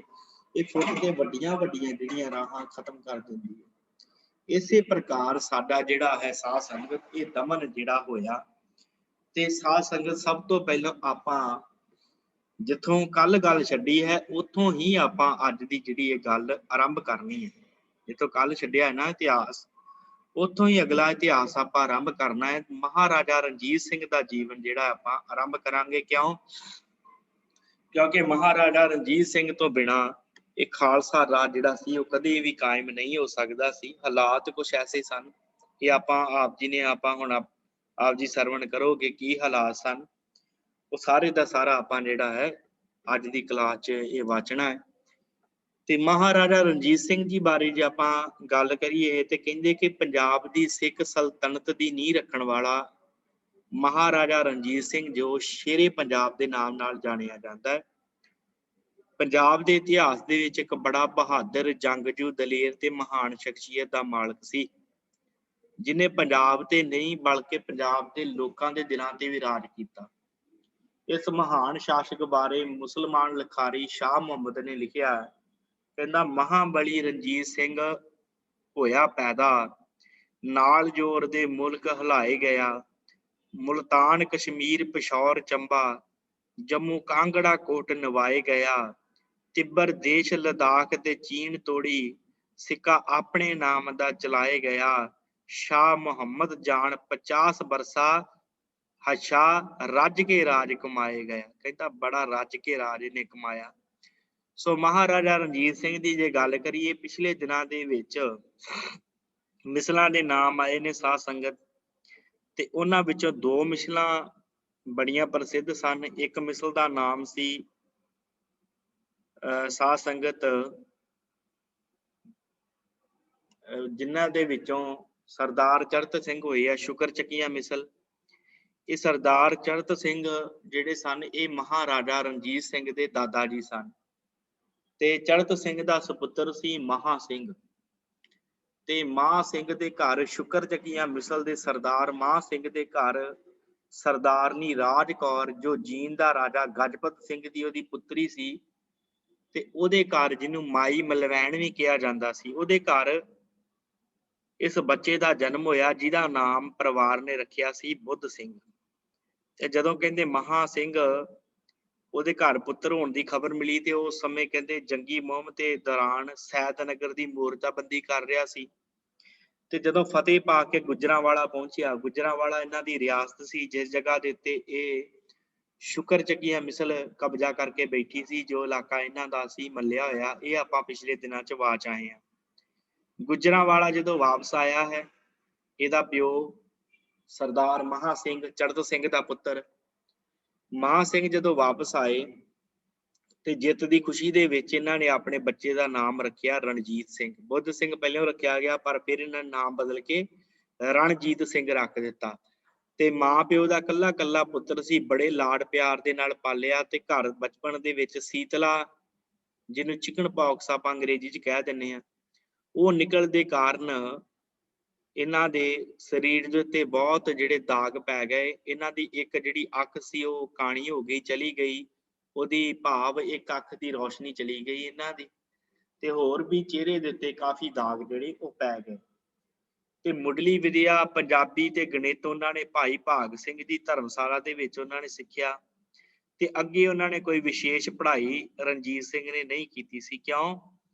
ਕਿਉਂਕਿ ਇਹਨਾਂ ਦਿਨਾਂ ਦੇ ਵਿੱਚ ਪੜ੍ਹਾਈ ਲਿਖਾਈ ਤੇ ਵਿਦਿਆ ਦਾ ਪ੍ਰਸਾਰ ਜਿਹੜਾ ਸੀ ਹਿੰਦੂਆਂ ਦੇ ਵਿੱਚ ਜ਼ਿਆਦਾਤਰ ਖੱਤਰੀਆਂ ਤੇ ਬ੍ਰਾਹਮਣਾਂ ਦੇ ਵਿੱਚ ਸੀ, ਤੇ ਮੁਸਲਮਾਨਾਂ ਦੇ ਵਿੱਚ ਸੈਯਦ ਜਾਤੀ ਦੇ ਵਿੱਚ ਜ਼ਿਆਦਾ ਹੁੰਦਾ ਸੀ। ਖੱਤਰੀ ਤੇ ਬ੍ਰਾਹਮਣ ਜ਼ਿਆਦਾ ਪੜ੍ਹਦੇ ਸਨ, ਤੇ ਮੁਸਲਮਾਨਾਂ ਦੇ ਵਿੱਚ ਜਾਂ ਸੈਯਦ ਜ਼ਿਆਦਾ ਪੜ੍ਹਦੇ ਸਨ। ਖੇਤੀਬਾੜੀ, ਦਸਤਕਾਰੀ, ਮਜ਼ਦੂਰੀ ਕਰਨ ਵਾਲਿਆਂ ਲਈ ਪੜ੍ਹਨਾ ਬਹੁਤ ਦੂਰ ਦੀ ਗੱਲ ਸੀ। ਖੇਤੀਬਾੜੀ ਕਰਨ ਵਾਲੇ ਪਰਿਵਾਰ ਸਨ, ਉਸ ਸਮੇਂ ਇਹਨਾਂ ਨੂੰ ਪੜ੍ਹਨ ਦੀ ਬਹੁਤੀ ਲੋੜ ਨਹੀਂ ਸੀ। ਤੇ ਦੂਸਰੀ ਕਹਿੰਦੇ ਵਜ੍ਹਾ ਇਹ ਵੀ ਸੀ ਕਿ ਗੁਰੂ ਗੋਬਿੰਦ ਸਿੰਘ ਜੀ ਨੇ ਸਿੱਖਾਂ ਨੂੰ ਇੱਕ ਮਾਰਸ਼ਲ ਕੌਮ ਬਣਾ ਦਿੱਤਾ ਸੀ, ਜਿਸ ਕਰਕੇ ਜ਼ਮੀਨ ਦੇ ਨਾਲ ਜੁੜੀ ਕਾਸ਼ਤਗਰਾਂ ਦੀ ਜਮਾਤ ਬਹਾਦਰੀ ਤੇ ਫੌਜੀ ਤਾਕਤ ਦੇ ਵਿੱਚ ਖੱਤਰੀਆਂ, ਰਾਜਪੂਤਾਂ ਤੇ ਪਠਾਣਾਂ ਨਾਲ ਵੀ ਅੱਗੇ ਨਿਕਲ ਗਈ ਸੀ। ਇੰਨੇ ਸਿੱਖ ਜਿਹੜੇ ਸੀ ਆਪਸ ਦੇ ਵਿੱਚ ਜੰਗਜੂ ਬਣ ਗਏ ਕਿ ਇਹਨਾਂ ਦਾ ਮੁਕਾਬਲਾ ਨਾ ਕੋਈ ਰਾਜਪੂਤ ਕਰ ਸਕਦਾ ਸੀ, ਨਾ ਕੋਈ ਪਠਾਨ ਕਰ ਸਕਦਾ ਸੀ, ਨਾ ਕੋਈ ਖੱਤਰੀ ਕਰ ਸਕਦਾ ਸੀ। ਤੇ ਮਿਸਲਾਂ ਦੇ ਸਮੇਂ ਤੋਂ ਹੀ ਪੜ੍ਹਾਈ ਨਾਲੋਂ ਜ਼ਿਆਦਾ ਮਿਸਲਾਂ ਦੇ ਵਿੱਚ ਇਹ ਗੱਲ ਸੀ ਕਿ ਆਪਣੇ ਬੱਚਿਆਂ ਨੂੰ ਸਭ ਤੋਂ ਵੱਧ ਯੁੱਧ ਕਲਾ ਸਿਖਾਈ ਜਾਂਦੀ ਸੀ। ਘੋੜਸਵਾਰੀ, ਸ਼ਿਕਾਰ ਖੇਡਣਾ, ਜੰਗੀ ਕਰਤੱਵ, ਨਿਸ਼ਾਨੇਬਾਜ਼ੀ, ਤੈਰਾਕੀ ਆਦਿਕ ਜਿਹੜੇ ਸੀ ਉਹ ਸਿਖਾਏ ਜਾਂਦੇ ਸੀ। ਤੇ ਇਹੀ ਪੜ੍ਹਾਈ ਮਹਾਰਾਜਾ ਰਣਜੀਤ ਸਿੰਘ ਨੇ ਆਪਣੇ ਬਚਪਨ ਦੇ ਵਿੱਚ ਕੀਤੀ। ਤੇ ਮਹਾਰਾਜਾ ਜੇ 9-10 ਸਾਲਾਂ ਦਾ ਹੀ ਹੋਇਆ ਸੀ ਤੇ ਇਹਨੇ ਆਪਣੇ ਪਿਤਾ ਦੇ ਨਾਲ ਜੰਗਾਂ ਯੁੱਧਾਂ ਦੇ ਵਿੱਚ ਹਿੱਸਾ ਲੈਣਾ ਸ਼ੁਰੂ ਕਰ ਦਿੱਤਾ। ਇੱਕ ਵਾਰੀ ਸੋਧਰਾਂ ਦੀ ਮੁਹਿੰਮ ਦੇ ਦੌਰਾਨ ਇਹਨਾਂ ਦਾ ਪਿਤਾ ਮਹਾ ਸਿੰਘ ਅਚਾਨਕ ਬਿਮਾਰ ਹੋ ਗਿਆ, ਤੇ ਉਹਨੂੰ ਵਾਪਸ ਆਉਣਾ ਪਿਆ, ਤੇ ਰਣਜੀਤ ਸਿੰਘ ਨੇ इस मुहिम की अगवाई की ते जित प्राप्त की ते दुश्मन नूं हरा के ਉਹਦੇ ਗੋਲਾ ਬਰੂਦ ਤੇ ਵੀ ਆਪਣਾ ਕਬਜ਼ਾ ਜਿਹੜਾ ਸੀ ਕਰ ਲਿਆ ਸੀ। ਉਸ ਸਮੇਂ ਇਹਨਾਂ ਦੀ ਉਮਰ ਸਿਰਫ 9 ਤੇ 10 ਕੁ ਸਾਲ ਦੀ ਸੀ ਕਰੀਬ। ਪਰਿਵਾਰ ਦੇ ਬਾਰੇ ਜੇ ਗੱਲ ਕਰੀਏ ਮਹਾਰਾਜਾ ਰਣਜੀਤ ਸਿੰਘ ਜੀ ਦੇ, ਤੇ ਮਹਾਰਾਜਾ ਰਣਜੀਤ ਸਿੰਘ ਦੀਆਂ 17 ਸ਼ਾਦੀਆਂ ਹੋਈਆਂ ਸੀ, 17 ਵਿਆਹ ਹੋਏ ਸੀ ਤੇ ਆਖਰੀ ਵਿਆਹ ਜਿਹੜਾ ਸੀ ਉਹ ਮਹਾਰਾਣੀ ਜਿੰਦਾਂ ਦੇ ਨਾਲ ਹੋਇਆ ਸੀ, ਜਿਨ੍ਹਾਂ ਨੂੰ ਜਿੰਦ ਕੌਰ ਵੀ ਕਿਹਾ ਜਾਂਦਾ ਹੈ, ਜਿਨ੍ਹਾਂ ਦੀ ਕੁੱਖ ਚੋਂ ਦਲੀਪ ਸਿੰਘ ਨੇ ਜਨਮ ਲਿਆ ਸੀ, ਜੋ ਅੰਗਰੇਜ਼ਾਂ ਦੇ ਕੋਲ ਕਾਫੀ ਸਮਾਂ ਰਹੇ। ਉਹ ਆਪਾਂ ਆਉਣ ਵਾਲੇ ਦਿਨਾਂ ਦੇ ਵਿੱਚ ਪੜਾਂਗੇ। ਤੇ ਜ਼ਿਆਦਾਤਰ ਇਹ ਸ਼ਾਦੀਆਂ ਦਾ ਵਿਆਹਾਂ ਦਾ ਮਕਸਦ ਕੀ ਸੀ ਕਿ ਰਾਜਨੀਤਿਕ ਤੌਰ ਦੇ ਉੱਤੇ ਆਪਣੇ ਆਪ ਨੂੰ ਮਿਸਲਾਂ ਦੇ ਵਿੱਚ ਇਕੱਠਾ ਕਰਨਾ, ਮਿਸਲ ਜਿਹੜਾ ਪ੍ਰਬੰਧ ਸੀ ਉਹਨਾਂ ਨੂੰ ਆਪਣੇ ਨਾਲ ਮਿਲਾਉਣਾ ਤੇ ਆਪਣੇ ਰਾਜ ਦਾ ਵਿਸਥਾਰ ਕਰਨਾ। ਇਸ ਕਰਕੇ ਇਹਨਾਂ ਨੇ ਇਹ 17 ਵਿਆਹ ਜਿਹੜੇ ਸੀ ਇਸੇ ਚੱਕਰ ਦੇ ਵਿੱਚ ਜਿਹੜੇ ਮਹਾਰਾਜਾ ਰਣਜੀਤ ਸਿੰਘ ਨੇ ਕਰਵਾਏ ਕਿ ਮੇਰਾ ਜਿਹੜਾ ਰਾਜ ਭਾਗ ਹੈ ਉਹ ਦੂਰ ਦੂਰ ਤੱਕ ਫੈਲ ਜਾਵੇ, ਕਿਉਂਕਿ ਸਿੱਖ ਸ਼ਕਤੀ ਉਸ ਸਮੇਂ ਜਿਹੜੀ ਸੀ ਖਿੰਡੀ ਪੁੰਡੀ ਹੋਈ ਸੀ। ਤੇ ਰਣਜੀਤ ਸਿੰਘ ਨੇ ਸੋਚਿਆ ਕਿ ਜੇ ਇਹਨਾਂ ਨੂੰ ਇਕੱਠਾ ਕਰ ਲਿਆ ਜਾਵੇ, ਭਾਵੇਂ ਵਿਆਹ ਪ੍ਰਬੰਧ ਦੇ ਨਾਲ ਇਕੱਠਾ ਕੀਤਾ ਜਾਵੇ, ਕੋਈ ਵੀ ਢੰਗ ਵਰਤ ਲਿਆ ਜਾਵੇ ਤੇ ਇਹਦੇ ਨਾਲ ਸਾਡਾ ਸਿੱਖ ਰਾਜ ਜਿਹੜਾ ਉਹ ਕਾਇਮ ਹੋ ਸਕਦਾ ਹੈ। ਤੇ 8 ਪੁੱਤਰ ਸਨ ਮਹਾਰਾਜਾ ਰਣਜੀਤ ਸਿੰਘ ਦੇ। ਖੜਕ ਸਿੰਘ ਵੱਡਾ, ਫਿਰ ਉਸ ਤੋਂ ਬਾਅਦ ਈਸਰ ਸਿੰਘ, ਸ਼ੇਰ ਸਿੰਘ, ਤਾਰਾ ਸਿੰਘ, ਕਸ਼ਮੀਰਾ ਸਿੰਘ, ਪਿਸ਼ੌਰਾ ਸਿੰਘ, ਮੁਲਤਾਨਾ ਸਿੰਘ ਤੇ ਦਲੀਪ ਸਿੰਘ ਸਭ ਤੋਂ ਛੋਟੇ। ਆਪ ਜੀ ਦਾ ਪਹਿਲਾ ਵਿਆਹ ਜਿਹੜਾ ਸੀ, ਮਹਾਰਾਜਾ ਰਣਜੀਤ ਸਿੰਘ ਦਾ ਪਹਿਲਾ ਵਿਆਹ 1785 ਦੇ ਵਿੱਚ ਬਹਾਦਰ ਸਰਦਾਰਨੀ ਸਦਾ ਕੌਰ, ਜਿਹਦਾ ਪਤੀ ਗੁਰਬਖਸ਼ ਸਿੰਘ ਮਾਂ ਸਿੰਘ ਦੇ ਵਿਰੁੱਧ ਲੜਾਈ ਦੇ ਵਿੱਚ ਮਾਰਿਆ ਗਿਆ ਸੀ, ਉਹਦੀ ਪੁੱਤਰੀ ਸੀ ਮਹਿਤਾਬ ਕੌਰ, ਉਹਦੇ ਨਾਲ ਹੋਇਆ। ਸਭ ਤੋਂ ਪਹਿਲਾ ਵਿਆਹ ਮਹਿਤਾਬ ਕੌਰ ਦੇ ਨਾਲ ਹੋਇਆ। ਇਸ ਰਿਸ਼ਤੇ ਦੇ ਨਾਲ ਮਹਾਰਾਜਾ ਰਣਜੀਤ ਸਿੰਘ ਨੂੰ ਰਾਜਨੀਤਿਕ ਤਾਕਤ ਮਿਲੀ। ਦੋਨਾਂ ਮਿਸਲਾਂ ਦਾ ਆਪਸੀ ਤਣਾਅ ਜਿਹੜਾ ਸੀ ਉਹ ਖਤਮ ਹੋ ਗਿਆ, ਕਿਉਂਕਿ ਜਿਹੜਾ ਗੁਰਬਖਸ਼ ਸਿੰਘ ਸੀ ਉਹਦੀ ਜਿਹੜੀ ਮਿਸਲ ਸੀ ਉਹਦਾ ਨਾਮ ਸੀ ਨਕਈ ਮਿਸਲ। ਨਕਈ ਮਿਸਲ ਦੇ ਨਾਲ ਇਹਨਾਂ ਦੀ ਜਿਹੜੀ ਤਾਕਤ ਇਕੱਠੀ ਹੋ ਗਈ, ਦੋਵੇਂ ਮਿਸਲਾਂ ਇੱਕ ਹੋ ਗਈਆਂ। ਤੇ ਅਜੇ ਕਹਿੰਦੇ 12 ਕੁ ਵਰ੍ਹਿਆਂ ਦੇ ਹੋਏ ਸਨ ਰਣਜੀਤ ਸਿੰਘ ਤੇ 1790 ਦੇ ਵਿੱਚ ਉਹਨਾਂ ਦੇ ਪਿਤਾ ਦਾ ਜਿਹੜਾ ਦੇਹਾਂਤ ਹੋ ਗਿਆ। 27 ਕੁ ਸਾਲ ਦੇ ਉਹਨਾਂ ਦੇ ਪਿਤਾ ਜਿਹੜੇ ਸੀ ਉਹ ਚੱਲ ਵਸੇ ਸੰਸਾਰ ਤੋਂ। ਪਿਤਾ ਦੀਆਂ ਅੰਤਿਮ ਸੰਸਕਾਰ ਦੀਆਂ ਰਸਮਾਂ ਅਦਾ ਕਰਕੇ ਰਣਜੀਤ ਸਿੰਘ ਫਿਰ ਸ਼ੁਕਰ ਚੱਕੀਆ ਮਿਸਲ ਦਾ ਸਰਦਾਰ ਥਾਪ ਦਿੱਤਾ ਗਿਆ। ਇਹਨੂੰ ਸ਼ੁਕਰ ਚੱਕੀਆ ਮਿਸਲ ਦਾ ਸਰਦਾਰ ਬਣਾ ਦਿੱਤਾ ਗਿਆ, ਜਿਹੜੀ ਮਿਸਲ ਸਰਦਾਰ ਚੜ੍ਹਤ ਸਿੰਘ ਨੇ ਆਰੰਭ ਕੀਤੀ ਸੀ। ਹੁਣ ਰਣਜੀਤ ਸਿੰਘ ਅਜੇ ਛੋਟਾ ਸੀ, ਸੋ ਇਹਦਾ ਰਾਜਕਾਜ ਦਾ ਕੰਮ ਜਿਹੜਾ ਸੀ ਰਾਜ ਕੌਰ ਇਹਦੀ ਮਾਤਾ ਦੇ ਹੱਥ ਆ ਗਿਆ ਤੇ ਜਿਹਨੂੰ ਚਲਾਉਣ ਵਾਸਤੇ ਦੀਵਾਨ ਲਖਪਤ ਰਾਏ ਨੂੰ ਨਿਯੁਕਤ ਕੀਤਾ ਗਿਆ। ਤੇ ਜਦੋਂ ਇਹਦਾ ਵਿਆਹ ਮਹਾਰਾਜਾ ਰਣਜੀਤ ਸਿੰਘ ਦਾ ਵਿਆਹ ਮਹਿਤਾਬ ਕੌਰ ਦੇ ਨਾਲ ਹੋ ਗਿਆ ਤੇ ਫਿਰ ਉਸ ਤੋਂ ਬਾਅਦ ਇਹਦੀ ਸੱਸ ਜਿਹੜੀ ਸੀ ਸਦਾ ਕੌਰ, ਜਿਹਦਾ ਨਾਮ ਸੀ ਉਹ ਕਨਈਆ ਮਿਸਲ ਜਿਹੜੀ ਸੀ ਉਹਦੇ ਨਾਲ ਸੰਬੰਧ ਰੱਖਦੀ ਸੀ। ਮਾਫ ਕਰਨਾ ਮੈਂ ਕਿ ਨਕਈ ਮਿਸਲ ਬੋਲ ਗਿਆ, ਕਨਈਆ ਮਿਸਲ ਦੇ ਨਾਲ ਸੰਬੰਧ ਰੱਖਦੀ ਸੀ। ਇਸ ਕਰਕੇ ਇਹਨਾਂ ਦੋਵੇਂ ਮਿਸਲਾਂ ਆਪਸ ਦੇ ਵਿੱਚ ਜੋੜ ਲਈਆਂ। ਹੁਣ ਰਾਜਕਾਟ ਦਾ ਜਿਹੜਾ ਪ੍ਰਬੰਧ ਸੀ ਉਹਦਾ ਉਸ ਸਮੇਂ ਰਾਜਾ ਰਣਜੀਤ ਸਿੰਘ ਨੂੰ ਮੰਨ ਲਿਆ ਗਿਆ ਤੇ ਰਾਜ ਕੌਰ, ਦੀਵਾਨ ਲਖਪਤ ਰਾਏ ਤੇ ਸਦਾ ਕੌਰ, ਇਹ ਰਣਜੀਤ ਸਿੰਘ ਦੇ ਸ਼ਾਸਨ ਇਹਨਾਂ ਨੇ ਤਿੰਨਾਂ ਜਾਣਿਆਂ ਨੇ ਚਲਾਉਣੇ ਸ਼ੁਰੂ ਕਰ ਦਿੱਤੇ। ਇਹਨਾਂ ਤਿੰਨਾਂ ਦੇ ਵਿੱਚੋਂ ਸਭ ਤੋਂ ਪ੍ਰਭਾਵਸ਼ਾਲੀ ਸੀ ਮਹਾਰਾਜਾ ਰਣਜੀਤ ਸਿੰਘ ਦੀ ਸੱਸ, ਜਿਹਦਾ ਨਾਮ ਸਦਾ ਕੌਰ ਸੀ। ਇਹਨੇ ਬੜਾ ਸਾਥ ਦਿੱਤਾ, ਭਾਵੇਂ ਕਿ ਇਹ ਕੁਝ ਸਮੇਂ ਬਾਅਦ ਛੱਡ ਕੇ ਚਲੀ ਗਈ ਸੀ ਆਪਣੀ ਧੀ ਨੂੰ ਲੈ ਕੇ, ਪਰ ਫਿਰ ਵੀ ਇਹਨੇ ਬੜਾ ਸਾਥ ਦਿੱਤਾ ਸੀ। ਕਹਿੰਦੇ ਉਹ ਬੜੀ ਇੱਕ ਨਿਡਰ, ਬਹਾਦਰ, ਦਲੇਰ ਤੇ ਮਨੁੱਖਤਾ ਦਾ ਬੜਾ ਵੱਡਾ ਪਾਰਖੂ ਸੀ ਮਹਾਰਾਜਾ ਰਣਜੀਤ ਸਿੰਘ। ਜਿਵੇਂ ਵੱਡਾ ਹੋਇਆ ਉਹਨੇ ਆਪਣੇ ਨਾਲ ਅਨੇਕ ਚੰਗੇ ਸਾਥੀ ਜਮ੍ਹਾਂ ਕਰ ਲਏ। ਲੰਮੀਆਂ ਬਾਹਾਂ, ਚੌੜੇ ਸੀਨੇ ਵਾਲਾ ਰਣਜੀਤ ਸਿੰਘ, ਅਜੇ ਉਹਦੀ ਉਮਰ ਚੜ੍ਹਦੀ ਸੀ, ਮਸਾਂ 15-16 ਸਾਲਾਂ ਦੀ। ਇੱਕ ਦਿਨ ਸ਼ਿਕਾਰ ਖੇਡਦਾ ਖੇਡਦਾ ਆਪਣੇ ਸਾਥੀਆਂ ਦੇ ਨਾਲੋਂ ਨਿਖੜ ਕੇ ਲੱਧੋਵਾਲ ਵਾਲੇ ਜਾ ਪਹੁੰਚਿਆ। ਇੱਕ ਪਿੰਡ ਚੱਠਿਆਂ ਦੇ ਸਰਦਾਰਾਂ ਦਾ ਸੀ, ਜਿਸ ਨੂੰ ਮਾਂ ਸਿੰਘ ਨੇ ਕਈ ਵਾਰ ਬੁਰੀ ਤਰ੍ਹਾਂ ਹਰਾਇਆ ਸੀ। ਇਹਦੇ ਪਿਓ ਨੇ, ਰਣਜੀਤ ਸਿੰਘ ਦੇ ਪਿਓ ਨੇ ਮਾਂ ਸਿੰਘ ਨੇ ਕਈ ਵਾਰੀ ਹਰਾਇਆ ਸੀ, ਜਿਸ ਕਰਕੇ ਉਹ ਸ਼ੁਕਰ ਚੱਕੀਏ ਮਿਸਲ ਦੇ ਵੈਰੀ ਬਣੇ ਬੈਠੇ ਸਨ। ਉਸ ਸਮੇਂ ਚੱਠਿਆਂ ਦਾ ਨਵਾਬ ਜਿਹੜਾ ਸੀ ਹਸ਼ਮਤ ਖਾਂ, ਉਹ ਵੀ ਉਧਰਲੇ ਪਾਸੇ ਨੂੰ ਨਿਕਲਿਆ ਤੇ ਉਹਨੇ ਰਣਜੀਤ ਸਿੰਘ ਨੂੰ ਆਪਣੇ ਇਲਾਕੇ ਦੇ ਵਿੱਚ ਘੁੰਮਦਾ ਵੇਖਿਆ ਤੇ ਉਬਾਲਾ ਮਾਰ ਕੇ ਉਹਨੇ ਕਿਹਾ ਕਿ ਖਬਰਦਾਰ, ਜੇ ਤੂੰ ਅੱਗੇ ਵਧਿਆ ਤੇ ਜੇ ਤੂੰ ਅੱਗੇ ਵਧਿਆ ਮੈਂ ਪਹੁੰਚ ਗਿਆ, ਹੁਣ ਤੂੰ ਪਿੱਛੇ ਮੁੜ ਜਾ ਇੱਥੋਂ। ਜਦੋਂ ਇਹ ਗੱਲ ਕਹੀ ਆ, ਇਹ ਗੱਲ ਕਹਿ ਕੇ ਉਹਨੇ ਆਪਣੀ ਤੇਗ ਧੂ ਲਈ ਤੇ ਰਣਜੀਤ ਸਿੰਘ ਦੇ ਉੱਤੇ ਉਹਨੇ ਵਾਰ ਕਰਨਾ ਚਾਹਿਆ। इधर महाराजा रणजीत सिंह ने बड़ी फुर्ती दे नाल ओहदा वार जिहड़ा अपनी तलवार दे नाल रोक के, अपनी ढाल दे नाल रोक के ते अपनी तलवार दे नाल ऐसा करारा वार मारिया कि ओहदा सिर वढ़ दिता ते सिर वढ़ के ओहदा बरछे ते टंग के महाराजा रणजीत सिंह ਇਹਦਾ ਚੱਠਿਆਂ ਦੇ ਸਰਦਾਰ ਦਾ ਸਿਰ ਜਿਹੜਾ ਸੀ ਹਸ਼ਮਤ ਖਾਨ ਦਾ ਸਿਰ ਲਿਆ ਕੇ ਗੁਜਰਾਂਵਾਲੇ ਇਹਨੇ ਸਾਰਿਆਂ ਨੂੰ ਦੱਸਿਆ ਕਿ ਮੈਂ ਇਹ ਬਹਾਦਰੀ ਜਿਹੜੀ ਵਿਖਾਈ ਹੈ। ਤੇ ਉਸ ਸਮੇਂ ਸ਼ਾਹਜਮਾਨ ਜਿਹੜਾ ਸੀ ਅਬਦਾਲੀ ਦਾ ਪੋਤਰਾ ਸੀ ਸ਼ਾਹਜਮਾਨ, ਉਹ ਆਖਰੀ ਵਾਰੀ ਲਾਹੌਰ ਆਇਆ। ਸ਼ਾਹਜਮਾਨ ਹੁਣ ਅਬਦਾਲੀ ਬਾਰੇ ਆਪਾਂ ਪਿਛਲੇ ਦਿਨਾਂ 'ਚ ਪੜ੍ਹਿਆ ਹੈ। ਮੈਂ ਸੋਚਦਾ ਕਿ ਜਿਹੜੀ ਲੜੀ ਉਹ ਨਾ ਟੁੱਟੇ, ਪਿਛਲੀ ਵੀ ਆਪਣਾ ਨਾਲ ਲੈ ਕੇ ਚੱਲਦੇ ਹਾਂ। ਹੁਣ ਅਬਦਾਲੀ ਦਾ ਇੱਕ ਪੋਤਰਾ ਜਿਹਦਾ ਨਾਮ ਹੈ ਸ਼ਾਹਜਮਾਨ। ਸ਼ਾਹਜਮਾਨ ਆਖਰੀ ਵਾਰੀ ਲਾਹੌਰ ਆਇਆ ਤੇ ਸਿੱਖ ਸਰਦਾਰਾਂ ਨੇ ਬਿਨਾਂ ਮੁਕਾਬਲਾ ਕੀਤੇ ਉਹਨੂੰ ਰਸਤਾ ਦੇਤਾ ਤੇ ਉਹ ਲਾਹੌਰ ਤੇ ਆ ਕੇ ਕਬਜ਼ਾ ਕਰਕੇ ਬਹਿ ਗਿਆ। ਕਿਉਂਕਿ ਸਿੱਖ ਡਰ ਗਏ, ਜਿਹੜੇ ਉਸ ਸਮੇਂ ਭੱਗੀ ਮਿਸਲ ਦੇ ਸਰਦਾਰ ਸਨ ਲਾਹੌਰ ਦੇ ਉੱਤੇ ਕਬਜ਼ਾ ਕਰਕੇ ਬੈਠੇ, ਉਹ ਡਰ ਗਏ ਤੇ ਉਹ ਆਇਆ ਤੇ ਉਹਨੇ ਆਣ ਕੇ ਲੁੱਟ-ਪੁੱਟ ਕੀਤੀ ਤੇ ਤਬਾਹ ਕਰ ਦਿੱਤਾ ਸਾਰਾ ਲਾਹੌਰ। ਇੰਨੀ ਹਨੇਰਗਰਦੀ ਮਚਾਈ ਕਿ ਜਿਹੜੀ ਪ੍ਰਜਾ ਸੀ ਉਹ ਬੜੀ ਦੁਖੀ ਹੋਈ ਤੇ ਇਹ ਜਿਹੜੇ ਲੋਕ ਸਨ ਸਰਦੀਆਂ ਦੇ ਵਿੱਚ ਇੱਥੇ ਆਉਂਦੇ ਤੇ ਭਾਰੀ ਮਾਤਰਾ ਦੇ ਵਿੱਚ ਲਗਾਨ ਇਕੱਠਾ ਕਰਕੇ ਤੇ ਇੱਥੋਂ ਫਿਰ ਗਰਮੀਆਂ ਨੂੰ ਕਾਬਲ ਵੱਲ ਨੂੰ ਚਲੇ ਜਾਂਦੇ, ਅਫਗਾਨਿਸਤਾਨ ਵੱਲ ਨੂੰ ਚਲੇ ਜਾਂਦੇ। ਤੇ ਰਣਜੀਤ ਸਿੰਘ ਨੇ ਆਪਣੇ ਪੰਜਾਬ ਨੂੰ ਕਾਬਲੀਆਂ ਤੋਂ ਇਹਨਾਂ ਜਿਹੜੇ ਅਫਗਾਨੀ ਸਨ ਇਹਨਾਂ ਤੋਂ ਆਜ਼ਾਦ ਕਰਾਉਣ ਦਾ ਪੱਕਾ ਪਰਨ ਕਰ ਲਿਆ। ਕਹਿੰਦੇ ਇਸ ਮਹਾਨ ਕਾਰਜ ਦੀ ਸ਼ੁਰੂਆਤ ਕਰਨ ਵਾਸਤੇ ਆਪਣੇ ਨਾਲ ਕੁਝ ਸਵਾਰ ਨੌਜਵਾਨ ਲੈ ਕੇ ਇਹ ਇੰਨਾ ਨਿਡਰ ਸੀ ਮਹਾਰਾਜਾ ਰਣਜੀਤ ਸਿੰਘ ਲਾਹੌਰ ਦੇ ਕਿਲੇ ਤੇ ਜਾ ਪਹੁੰਚਿਆ। ਇੱਧਰ ਸ਼ਾਹਜਮਾਨ ਜਿਹੜਾ ਲਾਹੌਰ ਦੇ ਕਿਲੇ 'ਚ ਬੈਠਾ ਤੇ ਬਾਹਰ ਮਹਾਰਾਜਾ ਰਣਜੀਤ ਸਿੰਘ ਪਹੁੰਚ ਗਿਆ। ਇਹਨੇ ਬਾਹਰ ਜਾ ਕੇ ਲਲਕਾਰ ਕੇ ਆਖਿਆ, ਜਾ ਕੇ ਉੱਚੀ ਆਵਾਜ਼ ਦੇ ਵਿੱਚ ਲਲਕਾਰ ਕੇ ਸ਼ਾਹਜਮਾਨ ਨੂੰ ਆਖਿਆ ਕਿ ਅਹਿਮਦ ਸ਼ਾਹ ਅਬਦਾਲੀ ਦੇ ਪੁੱਤਰਿਆ, ਤੈਨੂੰ ਚੜ੍ਹਤ ਸਿੰਘ ਦਾ ਪੋਤਰਾ ਲਲਕਾਰਦਾ ਈ, ਜੇ ਤੇਰੇ ਵਿੱਚ ਹਿੰਮਤ ਹੈਗੀ ਤੇ ਬਾਹਰ ਆਣ ਕੇ ਮੇਰੇ ਨਾਲ ਲੜ। ਜਦੋਂ ਇਹ ਗੱਲ ਰਣਜੀਤ ਸਿੰਘ ਨੇ ਕਹੀ ਨਾ ਉੱਚੀ ਸਾਰੀ ਲਲਕਾਰ ਕੇ, ਤੇ ਕਹਿੰਦੇ ਜਿਹੜਾ ਸ਼ਾਹਜਮਾਨ ਸੀ ਉਹਦੀ ਹਿੰਮਤ ਨਹੀਂ ਸੀ ਪਈ ਬੁਰਜੀ ਤੋਂ ਬਾਹਰ ਨੂੰ ਵੇਖਣ ਦੀ। ਇੰਨੇ ਬਲ ਤੇ ਇੰਨੀ ਚੜ੍ਹਦੀ ਕਲਾ ਮਹਾਰਾਜਾ ਰਣਜੀਤ ਸਿੰਘ ਦੇ ਵਿੱਚ ਸੀ। ਜਦੋਂ ਇਹਨੇ ਕਿਹਾ ਕਿ ਮੈਂ ਚੜ੍ਹਤ ਸਿੰਘ ਦਾ ਪੁੱਤਰਾ ਤੈਨੂੰ ਲਲਕਾਰਦਾ ਆ, ਸ਼ਾਹਜਮਾਨ ਅਬਦਾਲੀ ਦਾ ਪੁੱਤਰਿਆ ਬਾਹਰ ਨਿਕਲ, ਮੈਂ ਤੇਰੇ ਨਾਲ ਦੋ ਹੱਥ ਕਰਨੇ ਚਾਹੁੰਦਾ, ਤੇ ਉਹਨੇ ਬੁਰਜੀ ਤੋਂ ਚਾਹ ਮੂੰਹ ਚੁੱਕ ਕੇ ਨਹੀਂ ਸੀ ਦੇਖਿਆ। ਫਿਰ ਉਸ ਤੋਂ ਬਾਅਦ ਰਣਜੀਤ ਸਿੰਘ ਕੁਝ ਸਮਾਂ ਉੱਥੇ ਠਹਿਰਿਆ।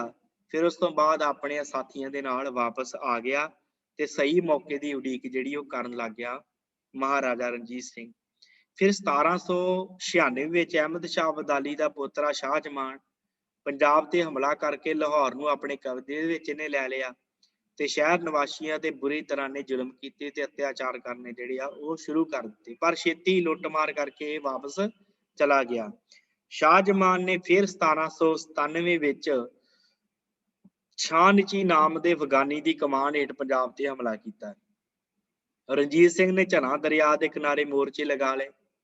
ਸ਼ਾਹਨਚੀ ਮਾਰਿਆ ਗਿਆ। ਅਫਗਾਨੀਆਂ ਦੀ ਬੜੀ ਕਰਾਰੀ ਇੱਥੇ ਹਾਰ ਹੋਈ ਤੇ ਉਹਦਾ ਸਾਰਾ ਜੰਗੀ ਸਮਾਨ ਜਿਹੜਾ ਰਣਜੀਤ ਸਿੰਘ ਦੇ ਹੱਥ ਲੱਗਾ ਤੇ 6 ਮਹੀਨੇ ਪਿੱਛੋਂ ਰਣਜੀਤ ਸਿੰਘ ਰਾਮਨਗਰ ਤੇ ਕਬਜ਼ਾ ਹੋ ਗਿਆ ਤੇ ਇਸ ਦੇ ਨਤੀਜੇ ਵਜੋਂ ਚੱਠਿਆਂ ਦੀਆਂ ਥਾਣੇਦਾਰੀਆਂ ਤੇ ਅਫਗਾਨੀਆਂ ਦੀਆਂ ਸਰਦਾਰੀਆਂ ਹਮੇਸ਼ਾ ਲਈ ਖਤਮ ਹੋ ਗਈਆਂ। ਹੁਣ ਪੰਜਾਬ ਦੇ ਵਿੱਚੋਂ ਅਫਗਾਨੀਆਂ ਦਾ ਰਾਜ ਜਿਹੜਾ ਮਾੜਾ ਮੋਟਾ ਵੀ ਬਚਿਆ ਸੀ ਉਹ ਮਹਾਰਾਜਾ ਰਣਜੀਤ ਸਿੰਘ ਨੇ ਬਿਲਕੁਲ ਹੀ ਖਤਮ ਕਰਤਾ। ਚੱਠਿਆਂ ਦੇ ਸਰਦਾਰ ਵੀ ਜਿਹੜੇ ਮੁਸਲਮਾਨ ਸਨ ਉਹ ਵੀ ਭਜਾ ਤੇ ਉਹਨਾਂ ਨੂੰ ਵੀ ਮਾਰ ਦਿੱਤਾ ਤੇ ਨਾਲ ਹੀ ਜਿਹੜਾ ਇਹ ਚੜ੍ਹ ਕੇ ਆਇਆ ਸੀ ਸ਼ਾਹਨਚੀ ਇਹਨੂੰ ਵੀ ਮਾਰ ਦਿੱਤਾ, ਜਿਹਦੇ ਨਾਲ ਅਫਗਾਨੀ ਡਰ ਗਏ ਤੇ ਹਮੇਸ਼ਾ ਵਾਸਤੇ ਪਿੱਛੇ ਨੂੰ ਭੱਜ ਕੇ ਵਾਪਸ ਇਹ ਪੰਜਾਬ ਵੱਲੋਂ ਇਹਨਾਂ ਮੂੰਹ ਨਹੀਂ ਕੀਤਾ। ਫਿਰ ਰਣਜੀਤ ਸਿੰਘ ਦੀ ਦੂਸਰੀ ਸ਼ਾਦੀ 1797 ਦੇ ਵਿੱਚ ਵਿਆਹ ਜਿਹੜਾ ਹੋਇਆ ਉਹ ਨਕਈ ਮਿਸਲ ਦੇ ਸਰਦਾਰ ਗਿਆਨ ਸਿੰਘ ਦੀ ਭੈਣ ਸੀ ਰਾਜ ਕੌਰ, ਉਹਦੇ ਨਾਲ ਹੋਇਆ ਤੇ ਜਿਹਦਾ ਨਾਮ ਬਦਲ ਕੇ ਰਣਜੀਤ ਸਿੰਘ ਨੇ ਰੱਖਿਆ ਦਤਾਰ ਕੌਰ ਤੇ ਕਈ ਉਹਨੂੰ ਮਾਈ ਨੇਫਾ ਵੀ ਕਹਿੰਦੇ ਸਨ। ਇਹ ਸ਼ਾਦੀ ਦਾ ਇਸ ਵਿਆਹ ਦਾ ਸਿਆਸੀ ਤੌਰ ਤੇ ਬੜਾ ਵਾਧਾ ਹੋਇਆ। ਇਸ ਦੌਰਾਨ ਦੀਵਾਨ ਲਖਪਤ ਰਾਏ ਜਦ ਮਾਮਲਾ ਉਗਰਾਉਣ ਗਿਆ ਤੇ ਮੁਸਲਮਾਨ ਜ਼ਿਮੀਂਦਾਰਾਂ ਦੇ ਹੱਥੋਂ ਮਾਰਿਆ ਗਿਆ ਤੇ ਰਾਜ ਕੌਰ ਰਣਜੀਤ ਸਿੰਘ ਦੀ ਜਿਹੜੀ ਮਾਤਾ ਸੀ ਉਹਦਾ ਵੀ ਅਚਾਨਕ ਦੇਹਾਂਤ ਹੋ ਗਿਆ। ਹੁਣ ਮਿਸਲ ਦਾ ਸਾਰਾ ਜਿਹੜਾ ਕੰਮ ਸੀ ਉਹ ਇਹਦੀ ਸੱਸ ਸਦਾ ਕੌਰ ਦੇ ਹੱਥ ਆ ਗਿਆ। ਸਦਾ ਕੌਰ ਦਾ ਇਰਾਦਾ ਸੀ ਕਿ ਰਣਜੀਤ ਸਿੰਘ ਜਿਹੜਾ ਹੈ ਉਹ ਆਪਣੇ ਹੱਥਾਂ ਵਿੱਚ ਕਰਕੇ ਤੇ ਸਾਰਾ ਰਾਜ ਦਾ ਪ੍ਰਬੰਧ ਉਹ ਖੁਦ ਕਰੇ। ਉਸਨੇ ਸਮੇਂ-ਸਮੇਂ ਸਿਰ ਰਣਜੀਤ ਸਿੰਘ ਨੂੰ ਆਰਥਿਕ ਤੇ ਸੈਨਿਕ ਮਦਦ ਵੀ ਕੀਤੀ, ਪਰ ਫਿਰ ਵੀ ਰਣਜੀਤ ਸਿੰਘ ਨੂੰ ਆਪਣੇ ਉੱਪਰ ਉਹਦੀ ਹਕੂਮਤ ਮਨਜ਼ੂਰ ਨਹੀਂ ਸੀ। ਸਦਾ ਕੌਰ ਆਪਣੀਆਂ ਚਾਲਾਂ ਚੱਲਦੀਆਂ ਨਾ ਵੇਖ ਕੇ ਆਪਣੀ ਬੇਟੀ ਨੂੰ ਨਾਲ ਲੈ ਕੇ ਆਪਣੀ ਮਿਸਲ ਦੇ ਨਾਲ ਵਾਪਸ चली गई है। रणजीत सिंह गैर कानूनी गैर ਜ਼ਰੂਰੀ ਬੰਧਨਾਂ ਤੋਂ ਆਜ਼ਾਦ ਹੋ ਗਿਆ। ਫਿਰ ਉਸ ਤੋਂ ਬਾਅਦ 19ਵੀਂ ਸਦੀ ਦੇ ਆਰੰਭ ਦੇ ਵਿੱਚ ਮੁੱਢ ਦੇ ਵਿੱਚ ਹਿੰਦੁਸਤਾਨ ਦੇ ਵਿੱਚ ਬੜੀ ਹਫੜਾ ਦਫੜੀ ਮਚ ਗਈ। ਅੰਗਰੇਜ਼ੀ ਰਿਆਸਤਾਂ ਅੰਗਰੇਜ਼ ਜਿਹੜੇ ਸਨ ਉਧਰੋਂ ਅੰਗਰੇਜ਼ ਆ ਗਏ। ਉਹ ਦੇਸੀ ਰਿਆਸਤਾਂ ਨੂੰ ਇੱਕ ਇੱਕ ਕਰਕੇ ਆਪਣੇ ਸਾਮਰਾਜ ਦੇ ਵਿੱਚ ਇਹਨਾਂ ਨੇ ਮਿਲਾਉਣਾ ਸ਼ੁਰੂ ਕਰ ਦਿੱਤਾ ਅੰਗਰੇਜ਼ਾਂ ਨੇ। ਪੰਜਾਬ ਖੱਖਰ ਦੇ ਖਾਨਿਆਂ ਦੇ ਵਾਂਗ ਬੜਾ ਵੰਡਿਆ ਹੋਇਆ ਸੀ। ਹਰ ਕਿਸੇ ਦਾ ਆਪਣਾ ਆਪਣਾ ਇੱਕ ਮਿਸਲ ਦਾ ਜਥੇਦਾਰ ਸੀ। ਉਹ ਆਪਣੇ ਆਪਣੇ ਇਲਾਕੇ 'ਚ ਬੈਠਾ ਸੀ, ਇੱਕ ਦੂਜੇ ਨਾਲ ਲੜਦੇ ਰਹਿੰਦੇ ਸਨ। ਕਿਤੇ ਨਵੇਂ ਬਣੇ ਮੁਸਲਮਾਨ ਜੱਟਾਂ ਨੇ ਆਪਣੀਆਂ ਰਿਆਸਤਾਂ ਸਥਾਪਿਤ ਕੀਤੀਆਂ ਹੋਈਆਂ ਸਨ। ਕਿਤੇ ਪਠਾਣਾ ਦੀ ਰਹਿੰਦ ਖੂੰਹਦ ਸੀ ਜਿਨ੍ਹਾਂ ਨੇ ਪੈਰ ਪਸਾਰੇ ਹੋਏ ਸੀ। ਇੱਕ ਵਕਤ ਸੀ ਜਦੋਂ ਤੱਕ ਮਿਸਲਾਂ ਖਾਲਸੇ ਵਿੱਚ ਜਾਗਰਤੀ ਲਿਆਉਣ ਦਾ ਪੂਰਾ ਕੰਮ ਕਰ ਚੁੱਕੀਆਂ ਸਨ। ਧਰਮੀ ਅਤੇ ਬਹਾਦਰ ਜਰਨੈਲ ਨਵਾਬ ਕਪੂਰ ਸਿੰਘ, ਜੱਸਾ ਸਿੰਘ ਤੇ ਬਘੇਲ ਸਿੰਘ ਇਹ ਚੜ੍ਹਾਈ ਕਰ ਚੁੱਕੇ ਸਨ। ਇਹਨਾਂ ਦਾ ਦੇਹਾਂਤ ਹੋ ਚੁੱਕਾ ਸੀ ਤੇ ਮਿਸਲਾਂ ਦੀਆਂ ਜਥੇਬੰਦੀਆਂ ਜਿਹੜੀਆਂ ਸਨ ਉਹ ਟੁੱਟ ਚੁੱਕੀਆਂ ਸਨ। ਹਾਲਾਤ ਇੱਥੋਂ ਤੱਕ ਕਹਿੰਦੇ ਪਹੁੰਚ ਗਏ ਸੀ ਕਿ ਖਾਲਸੇ ਦੀਆਂ ਤਿੱਖੀਆਂ ਤਲਵਾਰਾਂ ਜਿਹੜੀਆਂ ਜ਼ਾਲਮ ਦੇ ਲਹੂ ਦੀਆਂ ਪਿਆਸ ਬੁਝਾਉਂਦੀਆਂ ਸਨ, ਆਪਣਿਆਂ ਵੀਰਾਂ ਤੇ ਸਾਂਝੀਦਾਰਾਂ ਦਾ ਖੂਨ ਜਿਹੜਾ ਵਹਾਉਣ ਲੱਗ ਪਈਆਂ। ਜਿਹੜੀਆਂ ਤਲਵਾਰਾਂ ਬਗਾਨਿਆਂ ਦੇ ਉੱਤੇ ਚੱਲਦੀਆਂ ਸਨ, ਉਹ ਭਰਾ ਹੀ ਭਰਾ ਨੂੰ ਆਪਸ ਦੇ ਵਿੱਚ ਮਾਰਨ ਲੱਗ ਪਏ। ਭਾਵ ਮਿਸਲਾਂ ਦੀ ਆਪਸ ਦੇ ਵਿੱਚ ਇੱਕ ਦੂਜੇ ਦੇ ਨਾਲ ਬੜੀ ਵੱਡੀ ਲੱਗਣ ਲੱਗ ਪਈ ਤੇ ਇੱਕ ਦੂਜੇ ਨੂੰ ਹੀ ਮਾਰਨ ਲੱਗ ਪਏ ਤੇ ਇੱਕ ਦੂਜੇ ਦਾ ਖੂਨ ਜਿਹੜਾ ਸੀ ਉਹ ਨਦੀਆਂ ਦੇ ਵਾਂਗ ਵਹਾਉਣ ਲੱਗ ਪਏ ਤੇ ਇੱਕ ਦੂਜੇ ਦੇ ਇਲਾਕੇ ਦੇ ਉੱਤੇ ਕਬਜ਼ਾ ਜਿਹੜਾ ਉਹ ਕਰਨ ਲੱਗ ਪਏ। ਇਹ ਵਕਤ ਸੀ ਮਹਾਰਾਜਾ ਰਣਜੀਤ ਸਿੰਘ ਨੇ ਬੜੀ ਸੂਝ-ਬੂਝ ਤੇ ਵੀਰਤਾ ਦੇ ਨਾਲ ਹਾਲਾਤਾਂ ਨੂੰ ਵੇਖਦਿਆਂ ਸਿੱਖ ਮਿਸਲਾਂ ਨੂੰ ਇੱਕ ਥਾਂ ਤੇ ਫਿਰ ਇਕੱਠਾ ਕੀਤਾ, ਸੰਗਠਿਤ ਕੀਤਾ। ਮਜ਼ਬੂਤ ਖਾਲਸਾ ਰਾਜ ਦੀ ਉਸਾਰੀ ਕਰਨੀ ਇਹਨੇ ਸ਼ੁਰੂ ਕਰ ਦਿੱਤੀ ਹੈ ਰਣਜੀਤ ਸਿੰਘ ਨੇ। ਰਣਜੀਤ ਸਿੰਘ ਸਮਝ ਗਿਆ ਸੀ ਕਿ ਜਦ ਤੱਕ ਖਿੰਡੀ ਹੋਈ ਕੌਮ ਨੂੰ ਇਕੱਠਾ ਨਹੀਂ ਕੀਤਾ ਜਾਏਗਾ ਤੇ ਨਾ ਕੌਮ ਬਚੇਗੀ ਤੇ ਨਾ ਦੇਸ਼। ਉਹਨੇ ਸਿੱਖਾਂ ਨੂੰ ਜਥੇਬੰਦ ਕਰਕੇ ਇੱਕ ਸ਼ਕਤੀਸ਼ਾਲੀ ਤੇ ਰਾਜਨੀਤੀ ਕੌਮ ਬਣਾਉਣ ਦੇ ਵਿੱਚ ਬਦਲ ਕੇ ਦਿੱਤਾ। ਸਾਰੀਆਂ ਮਿਸਲਾਂ ਨੂੰ ਉਹਨੇ ਇਕੱਠਾ ਕੀਤਾ, ਚਾਹੇ ਉਹਨੂੰ ਵਿਆਹ ਦੇ ਬੰਧਨ ਦੇ ਵਿੱਚ ਬੰਨ ਲਿਆ ਤੇ ਵਿਆਹ ਦੇ ਬੰਧਨ ਦੇ ਵਿੱਚ ਕਾਇਮ ਕਰਕੇ ਜਿੱਤ ਕੇ ਜਾਂ ਪੱਗ ਵੱਟ ਭਰਾ ਬਣਾ ਕੇ ਵੱਡੀਆਂ ਵੱਡੀਆਂ ਜ਼ਗੀਰਾਂ ਦੇ ਕੇ ਜੋ ਇਲਾਕੇ ਜਿੱਤ ਕੇ ਖਾਲਸਾ ਰਾਜ ਦੇ ਵਿੱਚ ਮਿਲਾਏ, ਉਹਨਾਂ ਦੇ ਜਿਹੜੇ ਸ਼ਾਸਕ ਸਨ ਉਹਨਾਂ ਨੂੰ ਫੜ ਕੇ ਕਤਲ ਨਹੀਂ ਸੀ ਕਰਦਾ ਰਣਜੀਤ ਸਿੰਘ, ਸਗੋਂ ਉਹਨਾਂ ਨੂੰ ਨਾ ਕੈਦ ਕਰਦਾ ਸੀ, ਨਾ ਕਤਲ ਕਰਦਾ ਸੀ, ਨਾ ਹਨੇਰੀਆਂ ਕਾਲ ਕੋਠੜੀਆਂ ਦੇ ਵਿੱਚ ਡੱਕਦਾ ਸੀ, ਸਗੋਂ ਗੁਜ਼ਾਰੇ ਦੇ ਲਈ ਤੇ ਖਰਚੇ ਦੇ ਹਿਸਾਬ ਨਾਲ ਉਹਨਾਂ ਨੂੰ ਜ਼ਗੀਰਾਂ ਜਿਹੜੀਆਂ ਸੀ ਮਹਾਰਾਜਾ ਰਣਜੀਤ ਸਿੰਘ ਦੇ ਦਿਆ ਕਰਦਾ ਸੀ ਤੇ ਉਹਨਾਂ ਦਾ ਦਿਲ ਜਿੱਤ ਲੈਂਦਾ ਸੀ। ਹੁਣ ਜਿੰਨੇ ਵੀ ਸ਼ਾਸਕ ਹੁੰਦੇ ਸਨ, ਸਾਧ ਸੰਗਤ, ਜੇ ਕੋਈ ਕਿਸੇ ਦੇ ਨਾਲ ਵੈਰ ਹੁੰਦਾ ਸੀ ਉਹਨੂੰ ਕੈਦ ਕਰਕੇ ਜਾਂ ਤੇ ਕਤਲ ਕਰ ਦਿੰਦੇ ਸਨ ਜਾਂ ਉਹਨੂੰ ਕਾਲ ਕੋਠੜੀ 'ਚ ਕੈਦ ਕਰ ਦਿੰਦੇ ਸਨ। ਪਰ ਰਣਜੀਤ ਸਿੰਘ ਜਿਹੜਾ ਸੀ ਉਹ ਐਸਾ ਉਸ ਸਮੇਂ ਦਾ ਬਾਦਸ਼ਾਹ ਸੀ ਜਿਨੇ ਨਾ ਕਿਸੇ ਦੀ ਕਿਸੇ ਨੂੰ ਕੋਠੜੀ ਦੇ ਵਿੱਚ ਡੱਕਿਆ, ਨਾ ਕਿਸੇ ਨੂੰ ਕਿਸੇ ਪ੍ਰਕਾਰ ਦੀ ਮੌਤ ਦੀ ਸਜ਼ਾ ਦਿੱਤੀ, ਸਗੋਂ ਉਹਨਾਂ ਨੂੰ ਜ਼ਗੀਰਾਂ ਦੇ ਹਿਸਾਬ ਦੇ ਨਾਲ ਜਿੰਨੀ ਜਿੰਨੀ ਉਹਨਾਂ ਨੂੰ ਜ਼ਰੂਰਤ ਸੀ ਉਹਨੇ ਜ਼ਗੀਰਾਂ ਦੇ ਕੇ ਆਪਣੇ ਨਾਲ ਗੰਢ ਲਿਆ ਤੇ ਆਪਣੇ ਰਾਜ ਨੂੰ ਮਜ਼ਬੂਤ ਤੇ ਤਾਕਤਵਰ ਬਣਾਇਆ। ਤੇ ਫੁਲਕੀਆਂ ਰਿਆਸਤ ਜੇ ਕਿਤੇ ਅੰਗਰੇਜ਼ਾਂ ਦਾ ਕਹਿੰਦੇ ਸਾਥ ਨਾ ਦਿੰਦੀ, ਫੁਲਕੀਆਂ ਰਿਆਸਤ ਜਿਹੜੀਆਂ ਸਨ, ਫੁਲਕੀਆਂ ਰਿਆਸਤਾਂ ਜੇ ਅੰਗਰੇਜ਼ਾਂ ਦੇ ਨਾਲ ਨਾ ਮਿਲਦੀਆਂ, ਜੇ ਮਹਾਰਾਜਾ ਰਣਜੀਤ ਸਿੰਘ ਦਾ ਸਾਥ ਦਿੰਦੀਆਂ ਤੇ ਅੱਜ ਹਿੰਦੁਸਤਾਨ ਦਾ ਇਤਿਹਾਸ ਕੁਝ ਹੋਰ ਹੋਣਾ ਸੀ। ਥੋੜੇ ਸਮੇਂ ਦੇ ਵਿੱਚ ਪੰਥ ਦੇ ਸਾਰੇ ਜਾਤੀ ਵੈਰ ਵਿਰੋਧ ਮਿਟਾ ਕੇ ਆਪਣੇ ਆਤਮ ਬਲ ਦੇ ਨਾਲ ਸਰਬੱਤ ਖਾਲਸੇ ਨੂੰ ਇੱਕ ਜਾਨ ਕਰ ਦਿੱਤਾ ਮਹਾਰਾਜਾ ਰਣਜੀਤ ਸਿੰਘ ਨੇ। ਇਸ ਜਥੇਬੰਦੀ ਦੀ ਸ਼ਕਤੀ ਦੇ ਨਾਲ ਸਾਰੇ ਪੰਜਾਬ ਨੂੰ ਗੈਰਾਂ ਦੇ ਹੱਥੋਂ ਛੁਡਾ ਕੇ ਇੱਕ ਸੁਤੰਤਰ ਖਾਲਸਾ ਰਾਜ ਦੀ ਨੀਂਹ ਰੱਖੀ, ਜਿਸ ਦਾ ਇੱਕ ਬੰਨਾ ਲਦਾਖ ਤੇ ਤਿੱਬਤ ਸੀ ਤੇ ਦੂਸਰਾ ਸਿੰਧ, ਤੀਜੇ ਪਾਸੇ ਦਰਿਆ ਸਤਲੁਜ ਤੇ ਚੌਥਾ ਬੰਨਾ ਦਰਾ ਖੈਬਰ ਅਫਗਾਨਿਸਤਾਨ ਸੀ। ਕਹਿਣ ਤੋਂ ਭਾਵ ਸਿੱਖ ਰਾਜ ਦੀਆਂ ਉਸ ਸਮੇਂ ਕਿੱਥੋਂ ਤੱਕ ਲਦਾਖ, ਤਿੱਬਤ, ਦਰਾ ਖੈਬਰ, ਅਫਗਾਨਿਸਤਾਨ, ਸਿੰਧ ਤੇ ਇੱਧਰ ਸਤਲੁਜ ਤੱਕ ਜਿਹੜਾ ਸੀ ਮਹਾਰਾਜਾ ਰਣਜੀਤ ਸਿੰਘ ਦਾ ਰਾਜ ਹੋ ਗਿਆ ਸੀ। ਪੰਜਾਬ ਆਪਣੇ ਕਲਾਵੇ ਵਿੱਚ ਲੈ ਲਿਆ ਤੇ ਇਸ ਨੂੰ ਸਦਾ ਲਈ ਬਾਹਰ ਦੇ ਹਮਲਿਆਂ ਤੇ ਤੂਫਾਨਾਂ ਤੋਂ ਮਹਾਰਾਜਾ ਰਣਜੀਤ ਸਿੰਘ ਨੇ ਸੁਤੰਤਰ ਕਰ ਦਿੱਤਾ। 1798 ਦੇ ਵਿੱਚ ਰਣਜੀਤ ਸਿੰਘ ਨੂੰ ਲਾਹੌਰ ਦਾ ਮੌਕਾ ਮਿਲਿਆ ਕਬਜ਼ਾ ਕਰਨ ਦਾ ਤੇ ਉਸ ਸਮੇਂ ਲਾਹੌਰ ਤੇ ਭੰਗੀਆਂ ਦਾ ਕਬਜ਼ਾ ਸੀ। ਲਾਹੌਰ ਦੇ ਉੱਤੇ ਸ਼ਾਹੀ ਕਿਲੇ ਦੀ ਬੜੀ ਸੁੰਦਰ ਬਣਾਵਟ ਸੀ, ਉਹਨੂੰ ਦੇਖ ਕੇ ਬੜਾ ਖੁਸ਼ ਹੋਇਆ। ਦਿਲ ਦੇ ਵਿੱਚ ਚਾਹ ਸੀ ਰਣਜੀਤ ਸਿੰਘ ਦੇ ਕਿ ਮੈਂ ਇੱਥੇ ਕਬਜ਼ਾ ਕਰਾਂ। ਇਸੇ ਸਾਲ 1798 ਦੇ ਵਿੱਚ ਸ਼ਾਹਜਹਾਨ ਨੇ ਲਾਹੌਰ ਤੇ ਕਬਜ਼ਾ ਕਰ ਲਿਆ ਤੇ ਭੰਗੀ ਸਰਦਾਰ ਬਿਨਾਂ ਮੁਕਾਬਲੇ ਤੋਂ ਭੱਜ ਗਏ। ਰਣਜੀਤ ਸਿੰਘ ਨੇ ਸਰਬੱਤ ਖਾਲਸੇ ਦੀ ਮਦਦ ਦੇ ਨਾਲ ਸ਼ੁਕਰ ਚੱਕੀਆਂ ਮਿਸਲ, ਆਪਣੀ ਇਹਦੀ ਮਿਸਲ, ਭੰਗੀ, ਕਨਈਆ, ਨਕਈ ਮਿਸਲ, ਆਲੂ ਵਾਲੀਆਂ ਮਿਸਲ, ਇਹਨਾਂ ਦੇ ਨਾਲ ਮਿਲ ਕੇ 27 ਜੁਲਾਈ 1799 ਦੇ ਵਿੱਚ ਲਾਹੌਰ ਤੇ ਹਮਲਾ ਕਰ ਦਿੱਤਾ ਤੇ ਅਫਗਾਨੀਆਂ ਨੂੰ ਤਕੜੀ ਹਾਰ ਦਿੱਤੀ ਤੇ ਉਹ ਕਾਬਲ ਵੱਲ ਨੂੰ ਭੱਜ ਗਏ ਤੇ ਬਾਕੀ ਮਿਸਲਾਂ ਜਿਹੜੀਆਂ ਸੀ ਘਰੋਂ ਘਰੀ ਚਲੀਆਂ ਗਈਆਂ। ਪਰ ਰਣਜੀਤ ਸਿੰਘ ਦੀਆਂ ਫੌਜਾਂ ਨੇ ਜੇਹਲਮ ਦੇ ਦਰਿਆ ਤੱਕ ਸ਼ਾਹਜਮਾਨ ਦਾ ਪਿੱਛਾ ਕੀਤਾ, ਅਬਦਾਲੀ ਦੇ ਪੁੱਤਰੇ ਦਾ ਪਿੱਛਾ ਕੀਤਾ। ਇਸ ਦੌਰਾਨ ਭੰਗੀਆਂ ਨੇ ਪਿੱਛੇ ਲਾਹੌਰ ਤੇ ਕਬਜ਼ਾ ਕਰ ਲਿਆ ਤੇ ਭੰਗੀ ਵੀ ਕੋਈ ਘੱਟ ਨਹੀਂ ਸੀ, ਪ੍ਰਜਾ ਤੇ ਬੜਾ ਜ਼ੁਲਮ ਕਰਦੇ ਸਨ। ਅਖੀਰ ਲਾਹੌਰ ਦੇ ਨਿਵਾਸੀਆਂ ਨੇ ਰਣਜੀਤ ਸਿੰਘ ਨੂੰ ਸੱਦਾ ਦਿੱਤਾ ਕਿ ਗੱਲਬਾਤ ਰਾਹੀਂ ਉਹਨੇ ਕਿਹਾ, ਮੁਕਮਦੀਨ ਦੇ ਰਾਹੀਂ ਗੱਲਬਾਤ ਕਰਕੇ 2000 ਘੋੜਸਵਾਰ ਤੇ 4 ਵੱਡੀਆਂ ਤੋਪਾਂ ਲੈ ਕੇ ਲਾਹੌਰ ਸ਼ਹਿਰ ਦੇ ਵਿੱਚ ਮਹਾਰਾਜਾ ਰਣਜੀਤ ਸਿੰਘ ਦਾਖਲ ਹੋਇਆ। 2 ਭੰਗੀ ਸਰਦਾਰ ਰਣਜੀਤ ਸਿੰਘ ਦਾ ਨਾਂ ਸੁਣਦਿਆਂ ਦੌੜ ਕੇ ਭੱਜ ਗਏ, ਪਰ ਚੇਤ ਸਿੰਘ ਥੋੜਾ ਸਮਾਂ ਨੇ ਮੁਕਾਬਲਾ ਕੀਤਾ ਪਰ ਟਿਕ ਨਹੀਂ ਸਕਿਆ। ਅਖੀਰ ਰਣਜੀਤ ਸਿੰਘ ਨੇ ਇੱਕ ਜਗੀਰ ਤੇ ਗੁਜ਼ਾਰੇ ਦੇ ਲਈ ਪੈਨਸ਼ਨ ਦੇ ਕੇ ਚੇਤ ਸਿੰਘ ਨੂੰ ਛੱਡ ਦਿੱਤਾ। ਅਜੇ ਇਹਦਾ ਕਬਜ਼ੇ ਨੂੰ ਇੱਕ ਪੂਰਾ ਸਾਲ ਵੀ ਨਹੀਂ ਸੀ ਹੋਇਆ ਕਿ ਰਾਮਗੜੀਆ ਤੇ ਭੰਗੀ ਮਿਸਲ ਦੇ ਸਰਦਾਰਾਂ ਨੇ ਕਸੂਰ ਦੇ ਹਾਕਮ ਨਿਜ਼ਾਮੂਦੀਨ ਕਸੂਰੀਏ ਨੂੰ ਨਾਲ ਲੈ ਕੇ ਰਣਜੀਤ ਸਿੰਘ ਦੇ ਨਾਲ ਟੱਕਰ ਲੈਣ ਦੀ ਸੋਚੀ, ਕਿਉਂਕਿ ਅਜੇ ਵੀ ਨਹੀਂ ਸੀ ਮੰਨਦੇ ਰਣਜੀਤ ਸਿੰਘ ਦਾ ਰਾਜ। ਹੁਣ ਰਾਮਗੜੀਆ ਮਿਸਲ ਤੇ ਭੰਗੀ ਮਿਸਲ ਦੇ ਸਰਦਾਰ ਜਿਹੜੇ ਸਨ, ਉਹਨਾਂ ਨੇ ਕਸੂਰ ਦਾ ਹਾਕਮ ਸੀ ਨਿਜ਼ਾਮੂਦੀਨ ਕਸੂਰੀਆ, ਉਹਨੂੰ ਨਾਲ ਲਿਆ ਤੇ ਉਹਨਾਂ ਸੋਚਿਆ ਕਿ ਰਣਜੀਤ ਸਿੰਘ ਦੇ ਨਾਲ ਟੱਕਰ ਲੈਂਦੇ ਆ। ਤੇ ਦੋਨੋਂ ਦਲ ਇੱਕ ਤਕਰੀਬਨ 8 ਮਹੀਨੇ ਪਸੀਨ ਤੋਂ 2 ਕੁ ਦੂਰੀ ਪਿੰਡ ਦੇ ਇਮਾਮ ਦੇ ਆਮੋ ਸਾਹਮਣੇ ਮੋਰਚੇ ਲਾ ਕੇ ਬੈਠੇ ਰਹੇ। ਗੁਲਾਬ ਸਿੰਘ ਭੰਗੀ ਨੂੰ ਵਧੇਰੇ ਸ਼ਰਾਬ ਪੀਣ ਦੀ ਆਦਤ ਸੀ। ਇੱਕ ਦਿਨ ਉਹਨੇ ਕਿਤੇ ਜ਼ਿਆਦਾ ਸ਼ਰਾਬ ਪੀ ਲਈ ਤੇ ਉੱਥੇ ਹੀ ਮਰ ਗਿਆ, ਜਿਹਦੇ ਨਾਲ ਵਿਰੋਧੀ ਦਲ ਜਿਹੜੇ ਖਿੰਡੇ ਪੁੰਡ ਗਏ। ਰਣਜੀਤ ਸਿੰਘ ਦੀ ਉਸ ਸਮੇਂ ਫਿਰ ਜਿੱਤ ਹੋਈ। ਉਹਦੀਆਂ ਜਿੱਤਾਂ ਨੂੰ ਵੇਖ ਕੇ ਕਈ ਮਿਸਲ ਜਿਹੜੇ ਸਿੱਖ ਮਿਸਲਦਾਰ ਸਨ ਆਪ ਹੀ ਉਹਦੇ ਨਾਲ ਆਣ ਰਲੇ।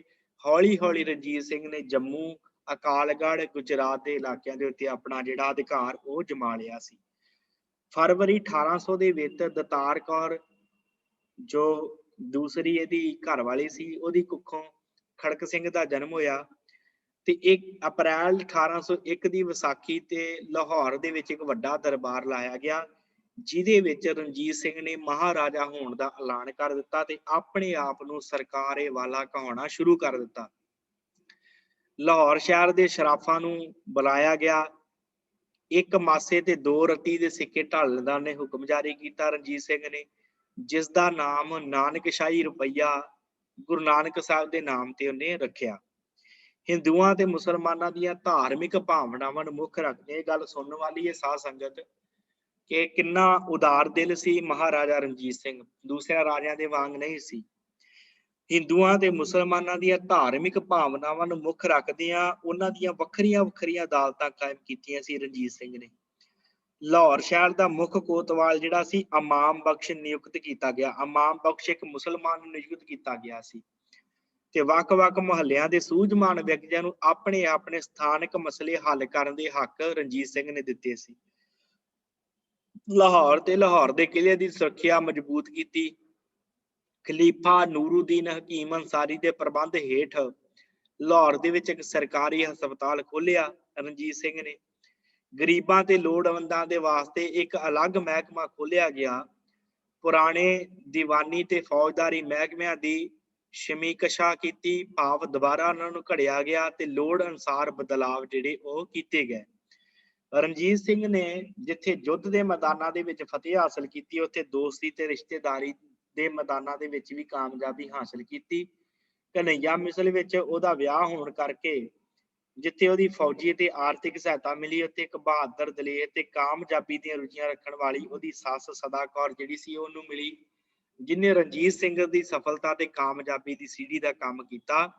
ਕਾਮਯਾਬੀ ਲਈ ਸੀੜੀ ਦਾ ਭਾਵ ਪੌੜੀ ਦਾ ਕੰਮ ਕੀਤਾ। ਤੇ ਮੁਸਲਮਾਨ ਇਤਿਹਾਸਕਾਰ ਲਤੀਫ ਲਿਖਦਾ ਹੈ ਇਸ ਗੱਲ ਨੂੰ, ਕਹਿੰਦਾ ਕਿ ਸਿੱਖ ਇਤਿਹਾਸ ਦੇ ਵਿੱਚ ਜਿੰਨਾ ਔਰਤਾਂ ਦਾ ਜ਼ਿਕਰ ਆਉਂਦਾ ਹੈ, ਸਦਾ ਕੌਰ ਉਹਨਾਂ ਦੇ ਵਿੱਚੋਂ ਸਭ ਤੋਂ ਵੱਧ ਨੀਤੀਵਾਨ, ਤਰੱਕੀ ਪਸੰਦ ਔਰਤ ਸੀ, ਜਿਹੜੀ ਇਹਦੀ ਸੱਸ ਸੀ ਸਦਾ ਕੌਰ। ਹੁਣ ਸਾਧ ਸੰਗਤ, ਆਲੂਵਾਲੀਆ ਮਿਸਲ ਦੇ ਮੋਢੀ ਤੇ ਸਿੱਖਾਂ ਦੇ ਸੁਲਤਾਨ ਉਲ ਕੌਮ ਜੱਸਾ ਸਿੰਘ ਆਲੂਵਾਲੀਆ ਤੇ ਫਿਰ ਉਹਦਾ ਚਾਚੇ ਦਾ ਪੁੱਤਰ ਭਾਗ ਸਿੰਘ, ਉਦੋਂ ਬਾਅਦ ਫਤਿਹ ਸਿੰਘ ਮਿਸਲ ਦਾ ਸਰਦਾਰ ਬਣਿਆ, ਜੋ ਬੜਾ ਬਹਾਦਰ ਜਰਨੈਲ ਸੀ, ਫੌਜੀ ਤਾਕਤ ਤੇ ਸਤਿਕਾਰ ਯਾਫਤਾ ਇਨਸਾਨ ਸੀ, ਬੜਾ ਮਾਣ ਸਤਿਕਾਰ ਸੀ ਉਹਦਾ। ਤੇ ਰਣਜੀਤ ਸਿੰਘ ਨੇ ਵਕਤ ਦੀ ਨਜਾਕਤ ਨੂੰ ਦੇਖ ਕੇ ਉਹਦੇ ਨਾਲ ਜੰਗ ਕਰਨ ਦੀ ਬਜਾਏ ਉਹਦੇ ਅੱਗੇ ਦੋਸਤੀ ਦਾ ਹੱਥ ਵਧਾਇਆ। ਦੋਵੇਂ ਸਰਦਾਰ ਜਿਹੜੇ ਸਨ, ਫਤਿਹ ਸਿੰਘ ਤੇ ਰਣਜੀਤ ਸਿੰਘ, ਪੱਗ ਵੱਟ ਭਰਾ ਬਣ ਗਏ ਤੇ ਗੁਰੂ ਗ੍ਰੰਥ ਸਾਹਿਬ ਜੀ ਹਜ਼ੂਰੀ ਦੇ ਵਿੱਚ ਪਰਸਪਰਾ ਦੋਵਾਂ ਨੇ ਅਹਿਮਦਨਾਮੇ ਤੇ ਦਸਤਕ ਕੀਤੇ, ਜਿਸ ਦਾ ਰਣਜੀਤ ਸਿੰਘ ਨੂੰ ਅੱਗੇ ਜਾ ਕੇ ਬੜਾ ਫਾਇਦਾ ਹੋਇਆ। 1802 ਦੇ ਵਿੱਚ ਫਗਵਾੜੇ ਦਾ ਇਲਾਕਾ ਜਿੱਤ ਕੇ ਉਹਨੇ ਫਤਿਹ ਸਿੰਘ ਨੂੰ ਦੇ ਦਿੱਤਾ ਤੇ ਉਸਨੇ ਹੀ ਕਈ ਜੰਗੀ ਮੁਹਿੰਮਾਂ ਦੇ ਵਿੱਚ ਮਹਾਰਾਜਾ ਰਣਜੀਤ ਸਿੰਘ ਦੀ ਮਦਦ ਕੀਤੀ ਤੇ ਕਈ ਅਹਿਮ ਜਿੱਤਾਂ ਜਿਹੜੀਆਂ ਸੀ ਫਤਿਹ ਸਿੰਘ ਦੇ ਨਾਲ ਹਾਸਲ ਕੀਤੀਆਂ। ਇੱਧਰ ਸਰਦਾਰ ਜੱਸਾ ਸਿੰਘ ਰਾਮਗੜੀਆ ਤੇ ਉਹਦੇ ਪਿੱਛੋਂ ਜੋਧ ਸਿੰਘ ਰਾਮਗੜੀਆ ਨਾਲ ਦੋਸਤੀ ਦਾ ਹੱਥ ਵਧਾਇਆ। ਦਰਬਾਰ ਸਾਹਿਬ ਹਰਮੰਦਰ ਸਾਹਿਬ ਦੇ ਵਿੱਚ ਗੁਰੂ ਗ੍ਰੰਥ ਸਾਹਿਬ ਜੀ ਦੀ ਹਜ਼ੂਰੀ ਦੇ ਵਿੱਚ ਆਪਣੇ ਹੱਥ ਦਾ ਪੰਜਾ ਕੇਸਰ ਦੇ ਨਾਲ ਰੰਗ ਕੇ ਦੋਸਤੀ ਦੇ ਅਹਿਦਨਾਮੇ ਤੇ ਰਣਜੀਤ ਸਿੰਘ ਨੇ ਮੋਹਰ ਲਾਈ। ਹੁਣ ਡੱਲੇ ਵਾਲੀਆਂ ਮਿਸਲ ਦਾ ਸਰਦਾਰ ਤਾਰਾ ਸਿੰਘ ਦੇ ਨਾਲ ਵੀ ਮਿੱਤਰਤਾ ਕਾਇਮ ਕੀਤੀ ਹੈ। 1707 ਦੇ ਵਿੱਚ ਤਾਰਾ ਸਿੰਘ ਦੀ ਮੌਤ ਤੋਂ ਬਾਅਦ ਉਹਦਾ ਇਲਾਕਾ ਰਾਹੋਂ ਨਕੋਦਰ ਖਾਲਸਾ ਰਾਜ ਦੇ ਵਿੱਚ ਮਿਲਾ ਲਿਆ ਗਿਆ। ਹੌਲੀ ਹੌਲੀ ਛੋਟੀਆਂ ਮਿਸਲਾਂ ਜਿਹੜੀਆਂ ਸਨ, ਨਕਈ ਮਿਸਲ, ਕਰੋੜ ਸਿੰਘੀਆ, ਜਿਨ੍ਹਾਂ ਦੇ ਸਰਦਾਰ ਕਮਜ਼ੋਰ ਹੋ ਗਏ ਤੇ ਰਾਜ ਪ੍ਰਬੰਧ ਠੀਕ ਨਹੀਂ ਸੀ, ਜਿਨ੍ਹਾਂ ਦਾ ਪ੍ਰਜਾ ਸੁਖੀ ਨਹੀਂ ਸੀ, ਆਪਣੇ ਰਾਜ ਦੇ ਵਿੱਚ ਮਿਲਾ ਲਏ। ਫੈਸਲਪੁਰੀਆ, ਜਿਹਨੂੰ ਸਿੰਘਪੁਰੀਆ ਮਿਸਲ ਕਿਹਾ ਜਾਂਦਾ ਹੈ, ਨਵਾਬ ਕੂਰ ਸਿੰਘ ਦੀ ਸਥਾਪਿਤ ਕੀਤੀ ਸੀ, ਜਿਹਦਾ ਮਿਸਲਦਾਰ ਸਰਦਾਰ ਬੁੱਧ ਸਿੰਘ ਸੀ, ਜਿਸ ਨੇ ਰਣਜੀਤ ਸਿੰਘ ਦੀ ਅਧੀਨਤਾ ਮੰਨਣ ਤੋਂ ਇਨਕਾਰ ਕਰ ਦਿੱਤਾ ਸੀ।